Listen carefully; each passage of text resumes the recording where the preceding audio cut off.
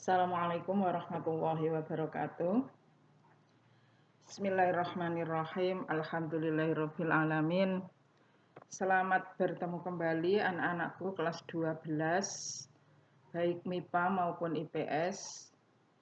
Di pagi yang cerah ini untuk pembelajaran matematika, mari kita awali dengan membaca doa bersama. Dengan membaca Bismillahirrahmanirrahim. Alhamdulillah kita bisa bertemu lagi dengan pelajaran matematika wajib.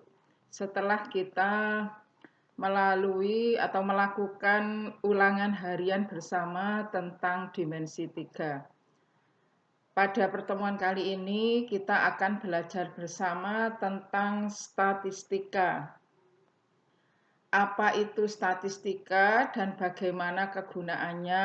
Mari kita bersama-sama mempelajari pada video berikut ini. Statistika ini, di awal statistika ini kita akan mempelajari bagaimana menyajikan data dalam bentuk diagram.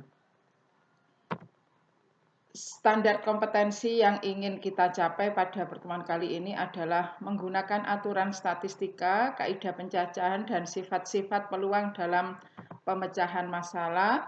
Kemudian KD-nya atau kompetensi dasarnya adalah menyajikan data dalam bentuk tabel dan diagram batang, garis, lingkaran, dan yang paling penting adalah OGIF beserta penafsirannya.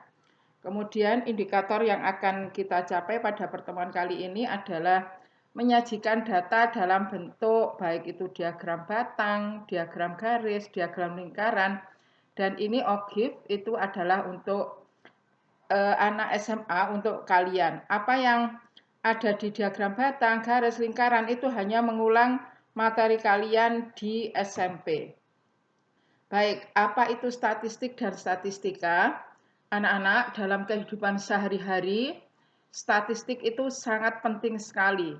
Bahkan karena pentingnya, kalau dulu di perguruan tinggi itu statistik adalah hanya merupakan jurusan, jadi di perguruan tinggi ada jurusan statistik.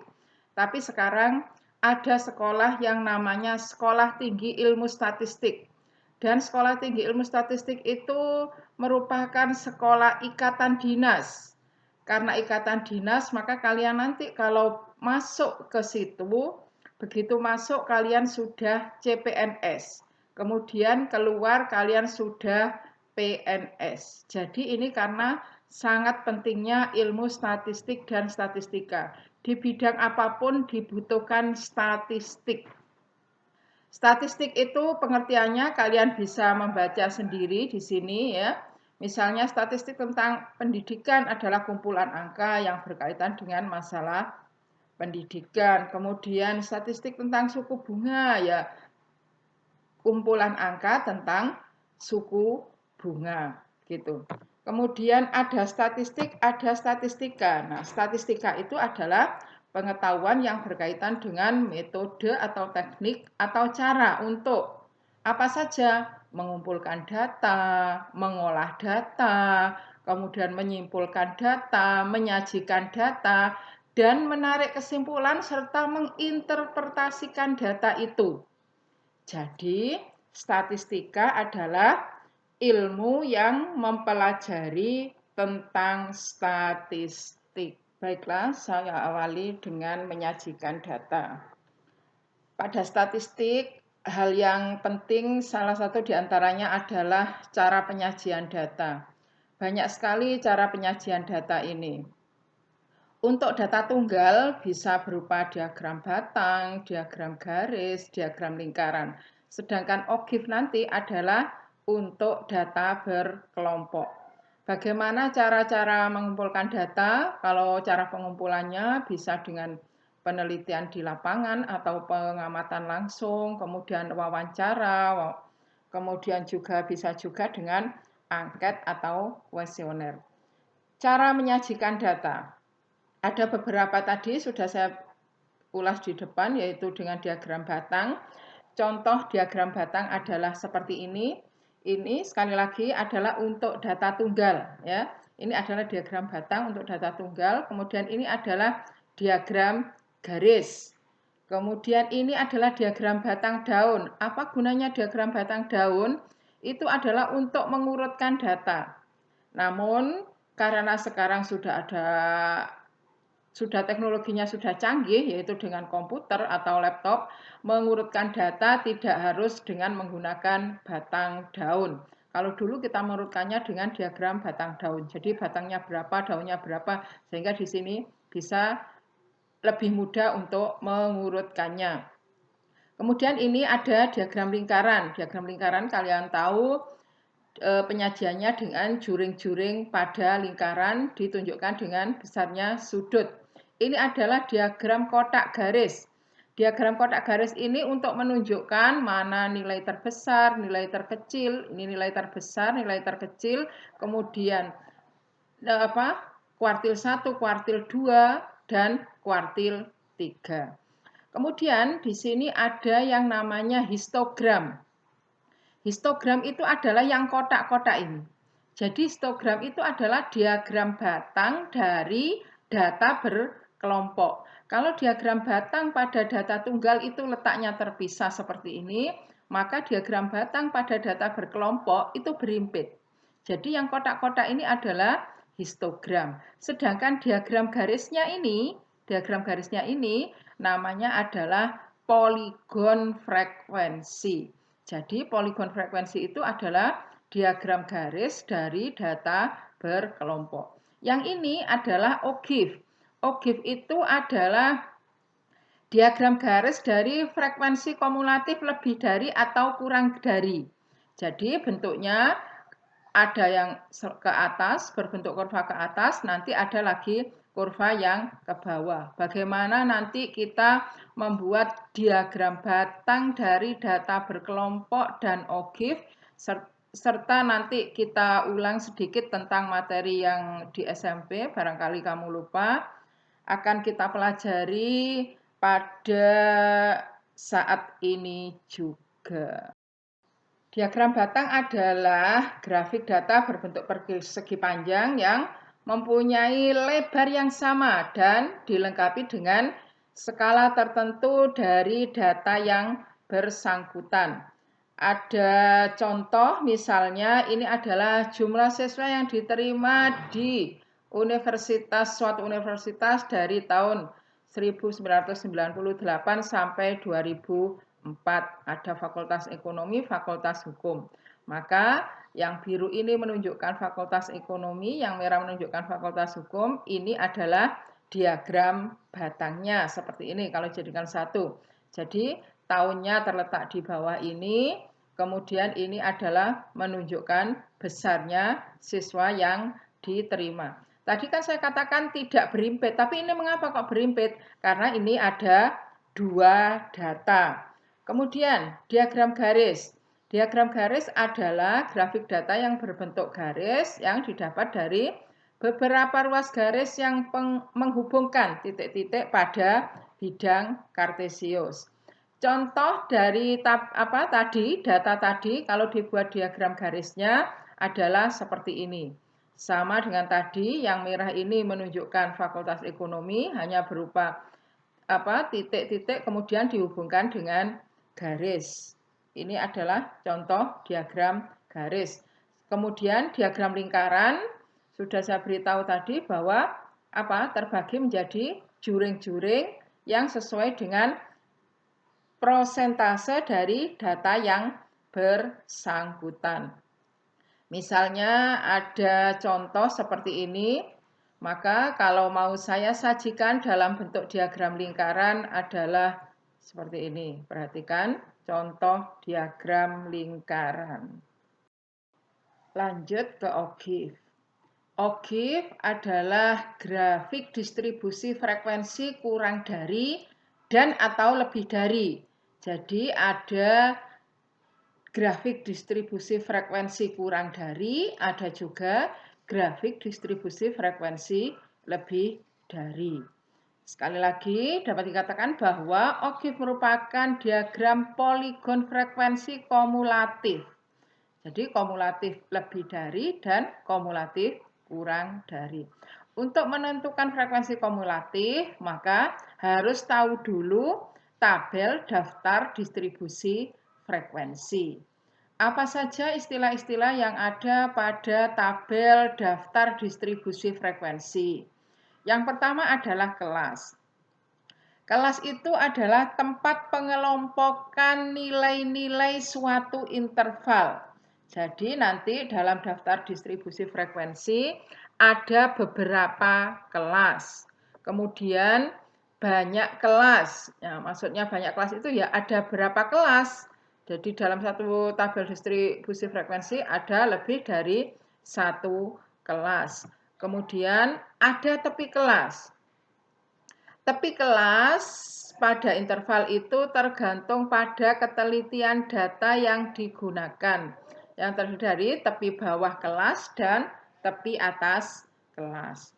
Tepi bawah kelas itu diperoleh dari, perhatikan saya ulangi, tepi bawah kelas diperoleh dari batas bawah kelas dikurangi 0,5.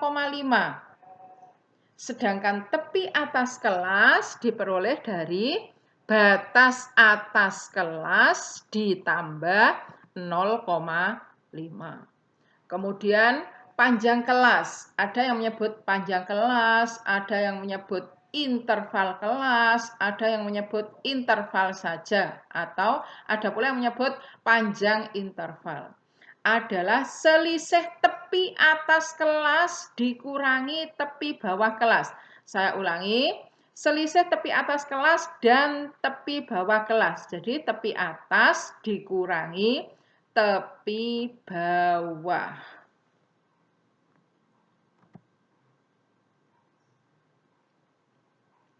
Sedangkan titik tengah kelas, kalau kita mau menghitung rata-rata atau menghitung apapun, nanti kita menggunakan titik tengah kelas. Titik tengah kelas adalah nilai tengah kelas yang merupakan rata-rata batas atas kelas dan batas bawah kelas. Jadi nilai tengah kelas diperoleh dari, atau titik tengah kelas diperoleh dari batas atas ditambah batas bawah dibagi 2. Perlu kamu perhatikan bahwa semuanya ini adalah untuk data berkelompok.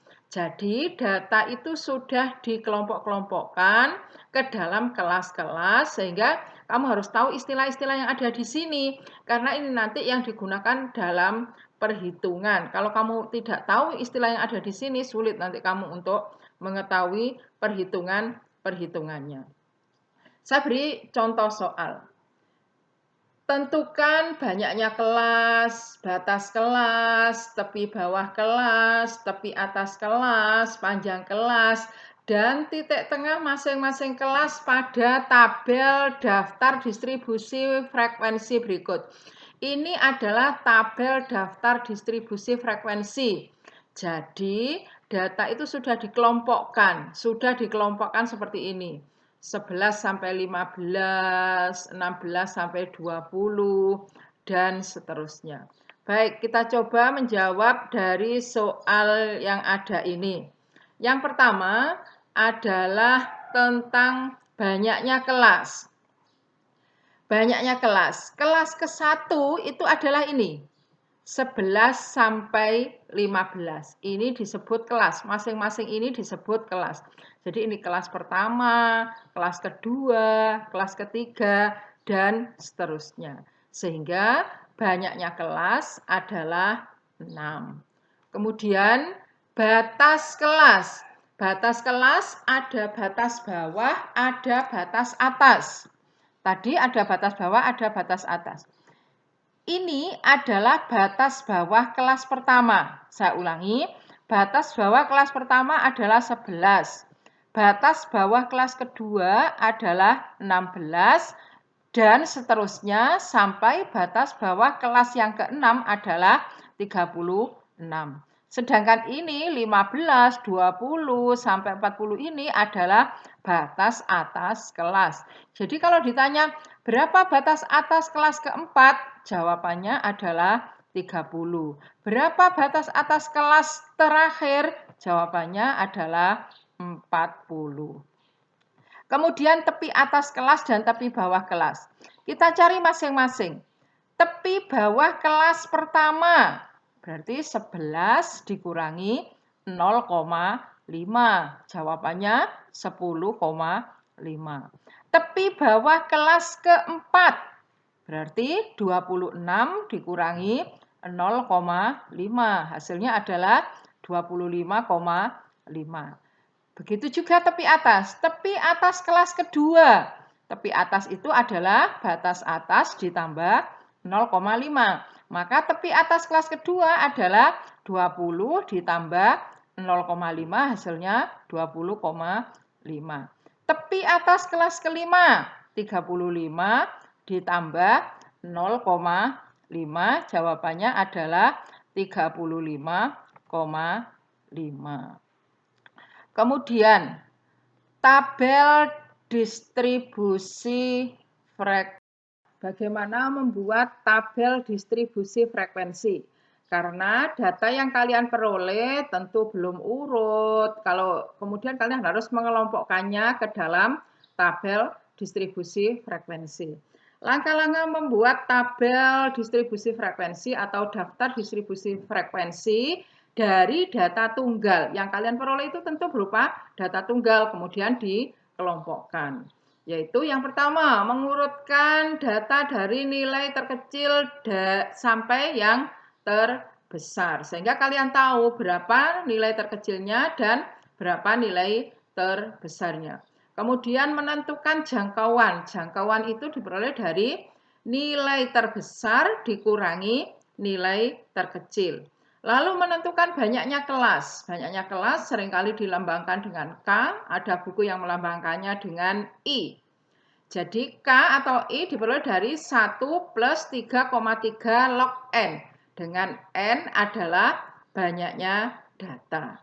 Kemudian menentukan interval kelas atau panjang kelas.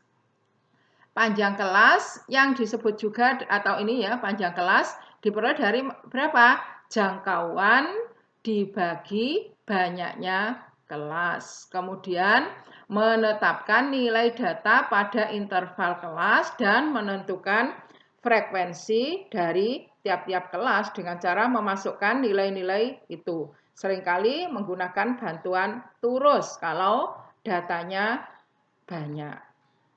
Contoh soal, ada data seperti ini ya, ini adalah hasil dari pengukuran, kemudian buatlah tabel distribusi frekuensi atau daftar distribusi frekuensi dari data berikut.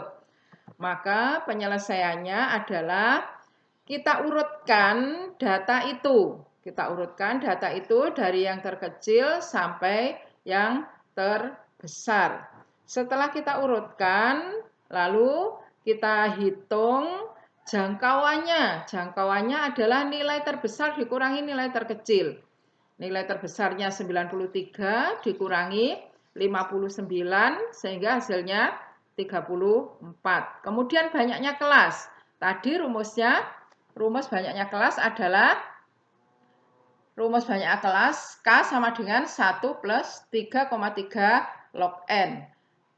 Setelah saya hitung, karena ini banyaknya data ada 40, 1 plus 3,3 kali log 40, hasilnya sama dengan 6,2833. Saya bulatkan menjadi 7. Lanjut menentukan interval kelas atau panjang kelas. Panjang kelas berarti dari jangkauan. Jangkauannya tadi 34 dibagi banyaknya kelas 7 sehingga hasilnya 4,86, hasilnya adalah 5. Maka tabel daftar distribusi frekuensinya, perhatikan nilai terkecilnya 59, jadi 59 sampai 63. Perhatikan panjang kelas itu tiap-tiap kelas harus sama. Jadi kalau di sini 59 sampai 63, jangan di sini 60, saya buat ini 64 sampai 70, enggak boleh, harus sama karena panjang kelas dalam satu daftar distribusi frekuensi, tiap-tiap kelasnya harus sama. Kemudian dimasukkan data-data ini sehingga yang nilainya 59 sampai 63 adalah 5. 64 sampai 68 juga 5. dan seterusnya seperti itu. Lanjut, saya beri contoh soal. Buatlah tabel distribusi frekuensi kurang dari dan distribusi frekuensi kumulatif kurang dari data berikut ini. Bagaimana membuat daftar frekuensi kumulatif kurang dari dan lebih dari beserta membuat OGIF-nya? Perhatikan, ini adalah tabel daftar distribusi frekuensi. Lalu menentukan frekuensi kumulatif kurang dari bagaimana? Perhatikan ini yang tertera di nilai ini, 59 sampai 63, 64 sampai 68 dan seterusnya. Karena kita akan membuat frekuensi kumulatif kurang dari, berarti di sini kita buat nilai kurang dari. Kurang dari berapa? Yang tertulis di sini adalah kurang dari sama dengan tepi atas masing-masing kelas. Saya ulangi, yang tertulis di sini adalah tepi atas masing-masing kelas. Berarti kurang dari tepi atasnya 63,5. Berapa frekuensinya? 1. Kemudian kurang dari berapa tepi atas kelas kedua? 68,5. Di sini jawabannya 3. Dari mana? Karena frekuensi yang kurang dari 68,5 bukan hanya 2, tetapi juga 1 ini. Jadi, yang kurang dari 68,5 adalah 3. Kemudian, kurang dari 73,5, 10. Dari mana 10? Diperoleh dari 1 ditambah 2 ditambah 7. Dan seterusnya, kurang dari 78,5, 23. Dari ini semua. Sampai terakhir, kurang dari 93,5. Tepi atasnya adalah 93,5. Berapa? Semua frekuensinya. Lalu untuk membuat OGIF. OGIF di sini adalah frekuensi. Kemudian ini, saya ulangi, ini adalah tepi atas masing-masing kelas. Supaya OGIF-nya itu tertutup di sini, maka di sini kamu tambah 1 kelas lagi sebelumnya. Jadi tepi atasnya, kalau ini 63,5, kalian lihat ini loncat 5, maka di sini 58,5. Berapa frekuensinya? 0. Yang kurang dari 63,5 tadi berapa? 1. Kurang dari 68,5, 3. Nah, 73,5, 10. Sehingga lalu kita hubungkan dengan garis mulus, maka ini adalah OGIF frekuensi kumulatif kurang dari. Perhatikan, OGIF frekuensi kumulatif kurang dari bentuknya naik ke atas. Kemudian kita akan membuat frekuensi OGIF frekuensi kumulatif lebih dari. Bagaimana caranya? Sama dengan yang tadi, kalau tadi ditulis di sini kurang dari, maka di sini ditulis lebih dari. Tadi kalau yang ditulis adalah tepi atas masing-masing kelas, sekarang tepi bawah masing-masing kelas. Berarti lebih dari tepi bawah dari kelas pertama berapa? 59 dikurangi 0,5, hasilnya 58,5. Berapa frekuensinya? Apakah hanya 5? Semuanya ini adalah lebih dari 58,5, sehingga frekuensinya adalah 40.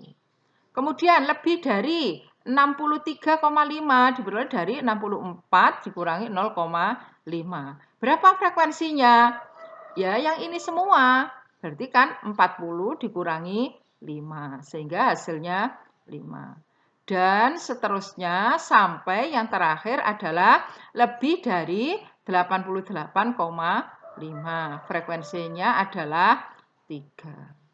Nah, ini adalah OGIF frekuensi kumulatif lebih dari, grafiknya menurun. Sama dengan tadi, supaya tertutup ditambah 1 kelas sesudahnya.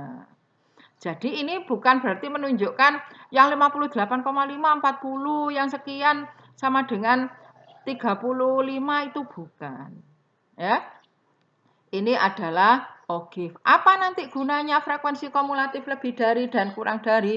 Banyak sekali nanti gunanya. Maka kalian harus memahami daftar frekuensi kumulatif lebih dari dan daftar frekuensi kumulatif kurang dari. Demikianlah anak-anak yang saya sampaikan pada pertemuan kali ini. Semoga kalian memahami bagaimana cara menyajikan data berkelompok pada pada materi statistik ini. Untuk supaya kalian itu lebih paham lagi, silakan kerjakan uji kompetensi berikut ini ya. Soalnya adalah tentukan banyaknya kelas, batas kelas, tepi bawah dan atasnya, panjang kelas, titik tengah kelas, sama seperti contoh tadi dari tabel daftar distribusi frekuensi berikut. Kemudian soal yang kedua, kalian membuat daftar distribusi frekuensinya.